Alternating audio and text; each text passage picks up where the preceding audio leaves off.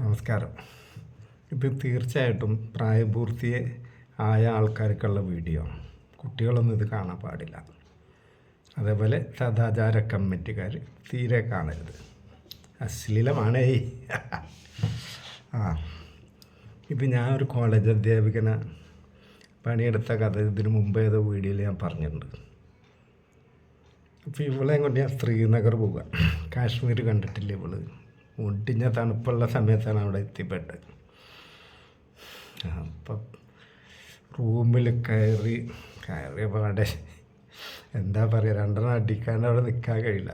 അപ്പോൾ ഇവിടെ അടിക്കും. സാധനമൊക്കെ ഇഷ്ടമൊക്കെ ഉണ്ട്. അവിടെ പോയിട്ട് ഇതൊന്നും തിരഞ്ഞു നടക്കാൻ പറ്റില്ലല്ലോ. കഴിച്ച് ഇവിടെ ഞാൻ കിസ് ചെയ്യാൻ തുടങ്ങി. കിസ് എന്ന് പറഞ്ഞാൽ ഫ്രഞ്ച് കിസ്. അപ്പോൾ ഇവള് അധ്യാപികയാണ്, വലിയ വലിയ സംഭവമാണ്, സാഹിത്യം അങ്ങനത്തെ അന്താരാഷ്ട്ര വിഷയങ്ങളൊക്കെ പറയുള്ളൂ. സെക്സ് എന്ന് പറഞ്ഞാൽ നല്ല താല്പര്യമുള്ള വിഷയം. ഇവളെ ഞാൻ കൊണ്ടുപോയിട്ട് ഇവളുടെ ഡ്രസ്സൊക്കെ, അവളുടെ സ്വെറ്റർ, മങ്കി ക്യാപ്പൊക്കെ ഊരി റൂമിൽ കൊണ്ടുപോയിട്ട് മങ്കി ക്യാപ്പ് ഊരി ഇവളുടെ ചുരിദാറിൻ്റെ ടോപ്പ്. അപ്പോൾ ഇവള് കിളിക്കിലാ വിറക്കുകയാണ്. ഞാൻ രണ്ടെണ്ണം അടിച്ചത് ശരിയാവും പറഞ്ഞു. ചുരിദാറിൻ്റെ ടോപ്പ് അഴിച്ച് പാൻറ് ഊരി. എനിക്ക് എപ്പോഴും ഷഡ്ഡി മാത്രം ഇട്ട് കാണണം, ഭയങ്കര ത്രില്ല. അങ്ങനെ സാധനം ഒഴിച്ച് കൊടുക്കണമുണ്ട്, ഇവിടെ അടിക്കുന്നുണ്ട്. സ്മിർനോഫാണ് അവൾക്ക്, അതാണ് താല്പര്യം. അങ്ങനെ ഞാനെന്ത് ചെയ്ത് എല്ലാ വിധത്തിലും പിങ്ക് കളറിലെ ഷഡ്ഡിയാണ് അവൾ ഇട്ടേക്കണം. ഒരു വെണ്ണക്കൽ സിൽഫം പോലെ അതിൻ്റെ തോടയൊക്കെ ഉണ്ടല്ലോ എൻ്റെ മക്കളെ. സാധനമാണെങ്കിലാ നല്ല വലിപ്പമുണ്ട്, ഒരു 1.5 സെൻറ്റ് ഉണ്ട്, നല്ല കട്ടിയുള്ള സാധനം. ചില പെണ്ണുങ്ങൾക്ക് അങ്ങനെ, ചില പെണ്ണുങ്ങൾക്ക് ചിലപ്പോൾ ചെറുതായിരിക്കും. തടി മണ്ണൊന്നും കാര്യമില്ല. ചില പെണ്ണുങ്ങൾ, വലിയ പെണ്ണുങ്ങളുടെ അപ്പം വലുതായിരിക്കും. ചുണ്ട് വലുതാണോ സാമാനം വലുതായിരിക്കും. ഞാൻ കണ്ടുപിടിച്ചതാട്ടോ. ശാസ്ത്രീയ വശം എന്തെങ്കിലും ഉണ്ടോയെന്ന് അറിയില്ല. അങ്ങനെ ഇവിടെ കളിച്ച് രാവിലെ തൊട്ട് കളി. അപ്പോൾ അവൾ പറഞ്ഞ് നമ്മളിവിടെ കളിക്കാൻ വന്നതാണ്, കറങ്ങാൻ പോകേണ്ടി വെച്ച്. ഞാൻ പറഞ്ഞാൽ നാളെ പോവാം, ഇന്നിപ്പോൾ ഏതായാലും ഇങ്ങനെ പോട്ടെ, നമ്മൾ തണുപ്പൊക്കെ ആസ്വദിച്ച് ഹോട്ടലിൽ തന്നെ കഴിയാറ്. അപ്പോൾ പിറ്റേ ദിവസം പിന്നെ ഞങ്ങളെ കൊണ്ടുപോകാൻ ടാക്സിയൊക്കെ ഏർപ്പാട് ചെയ്തു.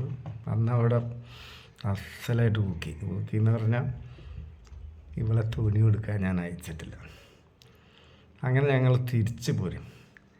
തിരിച്ച് ഞങ്ങൾ ഡൽഹി വരെ ഞങ്ങൾക്ക് ഫ്ലൈറ്റ് കിട്ടിയില്ല. ഞങ്ങൾ ബസ്സിലാണ് വന്നത്. ശ്രീനഗറിൽ നിന്ന് ജമ്മുവിൽ നിന്ന് വേറെ ബസ്. അങ്ങനെ ഡൽഹിയിൽ നിന്ന് പിന്നെ ഇങ്ങോട്ട് ഫ്ലൈറ്റ് കിട്ടി. പക്ഷേ എൻ്റെ മനസ്സിനെ വിഷമിപ്പിച്ച അതൊന്നുമല്ല. ഇവൾക്ക് ട്രാൻസ്ഫറായപ്പോൾ ഇവളുടെ ഒരു സമുദായത്തിൻ്റെ കോളേജിലാണ് ഇവൾ പഠിപ്പിക്കണത്. അത് കേരളത്തിൽ മിക്ക സ്ഥലത്തുണ്ട് അവരുടെ കോളേജ്. അപ്പോൾ ഇവൾക്ക് എന്തൊരു പണിഷ്മെൻറ്റ് എന്തോ ആണ്. ഇവളെ തെക്കൻ ജില്ലയ്ക്ക് തട്ടി. ഇവളവിടെ ഹോസ്റ്റലിൽ വേറൊരു ഫ്രണ്ടിൻ്റെ ഒപ്പം താമസിക്കണത്. അതിൽ ഇവർ തമ്മിൽ ഭയങ്കര കമ്പനിയായപ്പോൾ എല്ലാ കാര്യങ്ങളും പറയാം. അപ്പോൾ എൻ്റെ ഫോൺ എല്ലാ ദിവസവും രാത്രി ഇവൾക്ക് ഉണ്ടാവും. സത്യം പറഞ്ഞാൽ ഇവൾക്ക് നല്ല സാഹിത്യത്തിൽ പിടിപാട്. അപ്പോൾ എനിക്ക് ഇവളോടൊരു ആരാധന തോന്നി. സാധാരണ ഞാൻ കളിക്കുന്ന പെണ്ണുങ്ങളോടൊന്നും അങ്ങനെ റിലേഷൻ വെക്കാറില്ല. പക്ഷേ ഇവളെ എനിക്കൊരു ഭയങ്കര അട്രാക്ഷനുണ്ട്. അതിസുന്ദരിയാണ്, വെൽ എഡ്യൂക്കേറ്റഡാണ്, നല്ല നിലവാരമുള്ള സംസാരം, സൂര്യൻ്റെ കീഴിലുള്ള എന്തും പറയും. അങ്ങനെ 1 മണിക്കൂറൊക്കെ രാത്രി ഫോൺ ചെയ്യും. അങ്ങനെ അപ്പം മറ്റേ പെൺകുട്ടിയും ഇവളും തമ്മിൽ ഒപ്പം കിടക്കൽ തുടങ്ങി. ഇതൊക്കെ ഞാൻ പിന്നീട് അറിയുന്ന സംഭവം. ഒപ്പം കിടക്കലും ചുംബനം, അതേപോലെ ചട്ടിയടി അവർ സ്റ്റാർട്ട് ചെയ്ത്. പെണ്ണുങ്ങൾക്ക് വളരെ സേഫാണ്, ഒരു മനുഷ്യനെ സംശയിക്കില്ല. പിന്നെ ഇവളെൻ്റെ ഫോൺ എടുക്കാണ്ടായി. ഒരു 2-3 മാസം ഞാൻ എന്നും വിളിക്കും, ഇവളെടുക്കില്ല, ചിലപ്പോൾ ബിസിയാകും. എനിക്ക് ഭയങ്കര വിഷമം. കാരണം എനിക്ക് ആരോടും അങ്ങനത്തെ ഒരു പ്രണയോ തേങ്ങാക്കലൊന്നും ഉള്ള ആളല്ല. പക്ഷേ ഇവള് എന്നൊരു ഇൻസൾട്ട് ചെയ്തു, തേച്ചോ, വിളിച്ച് പിന്നെ ഞാൻ വിളി നിർത്തി. നമ്മളെ വേണ്ടാത്ത ഒരാളെ പിന്നെ നമ്മൾ അങ്ങോട്ട് വലിഞ്ഞ് കയറി ചെല്ലാൻ പാടില്ല. ഇത്രയും ദിവസം വിളിച്ചിട്ട് ഫോൺ എടുത്തിട്ടില്ലെങ്കിൽ ഇതിൻ്റെ അർത്ഥം അയാൾക്ക് എന്നോട് സംസാരിക്കാൻ താല്പര്യമില്ലെന്നാണ്. അപ്പോൾ ഞാൻ നമ്പർ ബ്ലോക്ക് ചെയ്തിട്ടില്ല, ഞാൻ പിന്നെ വിളി നിർത്തി. അങ്ങനെ ഒരു 3-4 മാസം കൂടി കഴിഞ്ഞപ്പോൾ ഉണ്ട് എനിക്കൊരു കോള്. രാത്രി 12 മണിക്ക് ഈ സ്ത്രീയാണ് വിളിക്കണത്. ഞാൻ ചാടിയെടുത്ത് ഫോൺ. അതിൽ അവൾ എന്നോട് കുറേ സോറി പറഞ്ഞു. നീ എന്താ ഞാൻ വിളിച്ചിട്ട് ഫോൺ എടുക്കാൻ, നീ എന്നെ കുറേ നാളായിട്ട് അവോയ്ഡ് ചെയ്യായിരുന്നല്ലോ, അതുകൊണ്ടാണ് ഞാൻ പിന്നെ ഇപ്പം നിന്നെ വിളിക്കാത്ത പറഞ്ഞു. അപ്പോൾ അവൾ പറഞ്ഞു എന്നോട് ക്ഷമിക്കണം, എൻ്റെ റൂംമേറ്റ് അവളോട് ഞാൻ നിങ്ങളും ഞാനുമായിട്ടുള്ള റിലേഷൻ പറഞ്ഞു.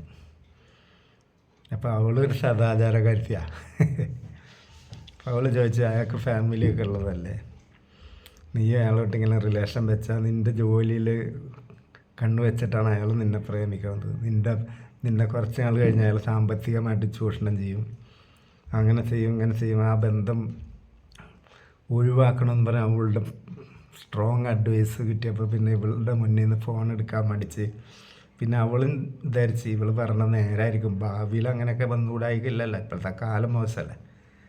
പക്ഷെ അവൾക്ക് എന്നാ അറിയാം, ഞങ്ങൾ അങ്ങോട്ട് പോയപ്പോഴും ഒക്കെ എക്സ്പെൻസ്. ഇപ്പം ഡൽഹിയിൽ നിന്ന് ഇങ്ങോട്ട് പോരുമ്പോൾ ഫ്ലൈറ്റിൻ്റെ ക്യാഷൊക്കെ ഞാനാണ് കൊടുത്തത്. അപ്പോൾ ഞാൻ അങ്ങനത്തെ ആളല്ലെന്ന് ഇവൾക്ക് അറിയുമെങ്കിലും കൂട്ടുകാരി പറഞ്ഞപ്പോൾ ഇവൾക്കൊരു സംശയം. അങ്ങനെ ആ റിലേഷൻ വേണ്ടാന്ന് വെച്ച് ഇങ്ങനെ നിൽക്കുകയാണെങ്കിലും ഉള്ളിൻ്റെ ഉള്ളിൽ അവൾക്ക് എന്നോട് സ്നേഹം ഉണ്ടായിരുന്നു. കുറച്ച് നാൾ അവൾ പിടിച്ച് നിന്ന്, പിന്നെ അവൾക്ക് കഴിഞ്ഞില്ല. അതാണ് എന്നെ വിളിച്ചത്. അപ്പോൾ കൂട്ടുകാരി പറഞ്ഞപ്പോൾ ഞാൻ അങ്ങനെ തെറ്റിദ്ധരിച്ച്. ഞാൻ പറഞ്ഞത് നിൻ്റെ ധാരണ ഇപ്പം എന്തായാലും അത് മാറ്റാൻ ഞാൻ വിചാരിച്ചിട്ടില്ല. കൂട്ടുകാർ പറയുമ്പോൾ മുറിഞ്ഞു പോണ ബന്ധം ഉണ്ടായിരുന്നുള്ളത് എന്നോട് ചോദിച്ചു. ഞാൻ നിന്നോട് മാത്രമല്ല റിലേഷനുള്ള വേറെ പെൺകുട്ടികളൊക്കെ ഞാൻ ചെയ്തിട്ടൊക്കെ ഉണ്ട്. പക്ഷേ നിന്നോട് തോന്നിയ ഒരു അടുപ്പം എനിക്ക് മറ്റൊരാളോടും തോന്നിയിട്ടില്ല. പക്ഷേ നീ കുറച്ച് ദിവസം എൻ്റെ കോൾ എടുക്കാണ്ടായപ്പോൾ ഞാൻ മെൻ്റലി കുറേ വിഷമത്തിലായിരുന്നു. ഇപ്പോൾ നീ എന്നെ വിളിച്ചാൽ എനിക്ക് സന്തോഷമായി. ഇനി നമ്മുടെ റിലേഷൻ കണ്ടിന്യൂ ചെയ്യാൻ നിനക്ക് താല്പര്യമുണ്ടോ? ഇനി ഇങ്ങനത്തെ എന്നോട് ചെയ്യുകയാണെങ്കിൽ നമ്മൾ ഇവിടെ വെച്ച് സ്റ്റോപ്പ് ചെയ്യാം. അല്ലേ നല്ല ബന്ധം കണ്ടിന്യൂ ചെയ്യാനാണെങ്കിൽ നീ ഇപ്പം എന്നോട് പറയണം.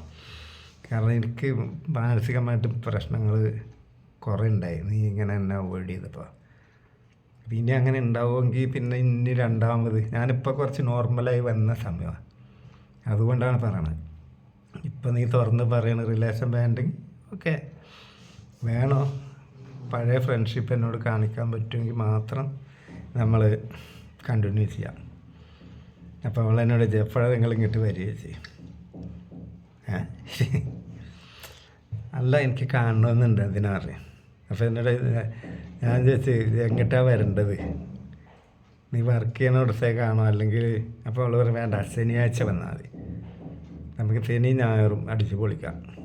എവിടെ പോകേണ്ടത് വെച്ച് നമുക്ക് തിരുവനന്തപുരം പോയാൽ മതി, ദൂരത്തൊന്നും പോകണ്ട, വെറുതെ കുറേ യാത്ര ചെയ്തിട്ട് കാര്യമില്ലല്ലോ, അത്രയും സമയം കൂടി നമുക്ക് ചിലവഴിച്ചുകൂടെ വെച്ചു. അങ്ങനെ തിരുവനന്തപുരത്ത് പോയിട്ട് ഞങ്ങൾ കുറഞ്ഞു കൊടുക്കുന്നില്ല, മസ്കറ്റ് ഹോട്ടലില്ല താമസിച്ചേ, അവിടുന്ന് കളിച്ച്. അതെന്നെ കുറേ നാളെന്നെ ഭയങ്കരമായിട്ട് ടെൻഷനാക്കിയൊരു ഇഷ്യൂ ആയിരുന്നു. ഇപ്പം ഞങ്ങൾ നല്ല ബന്ധത്തിലാണ്, എപ്പോഴും അവൈലബിളാണ്. അത്രയൊക്കെ തന്നെയുള്ള ജീവിതം. ചില ആൾക്കാരോട് നമുക്ക് അങ്ങനെ ഒരു അറ്റാച്ച്മെൻറ്റ് തോന്നും. അത് തോന്നിക്കഴിഞ്ഞാൽ ഈ പ്രണയം എന്ന് പറഞ്ഞാൽ ഭയങ്കര ഒരു അനുഭൂതിയാണ്. ഒരു ഇഷ്ടപ്പെടുന്ന വ്യക്തി ഒരു സ്ത്രീനെ പറ്റി ആലോചിച്ച് ഇങ്ങനെ വെറുതെ ഇരിക്കുക, അതൊക്കെ നല്ലൊരു സുഖമുള്ള ഏർപ്പാടാണ്. ഈ പെണ്ണ് കെട്ടിന്നൊന്നും പറഞ്ഞ് പ്രണയിക്കാൻ പാടില്ല എന്നൊന്നുമില്ല. പ്രണയം എന്ന് പറഞ്ഞാൽ അതൊരു ദിവ്യാനുഭൂതിയാണ്. അപ്പം കഴിയുന്നതും പ്രണയിക്കുക, വീട്ടിലടി ഉണ്ടാക്കാണ്ട് നോക്കണം, അത്രേ ഉള്ളൂ. അവനവൻ്റെ തടി അവനും കാക്കുക. നമസ്കാരം.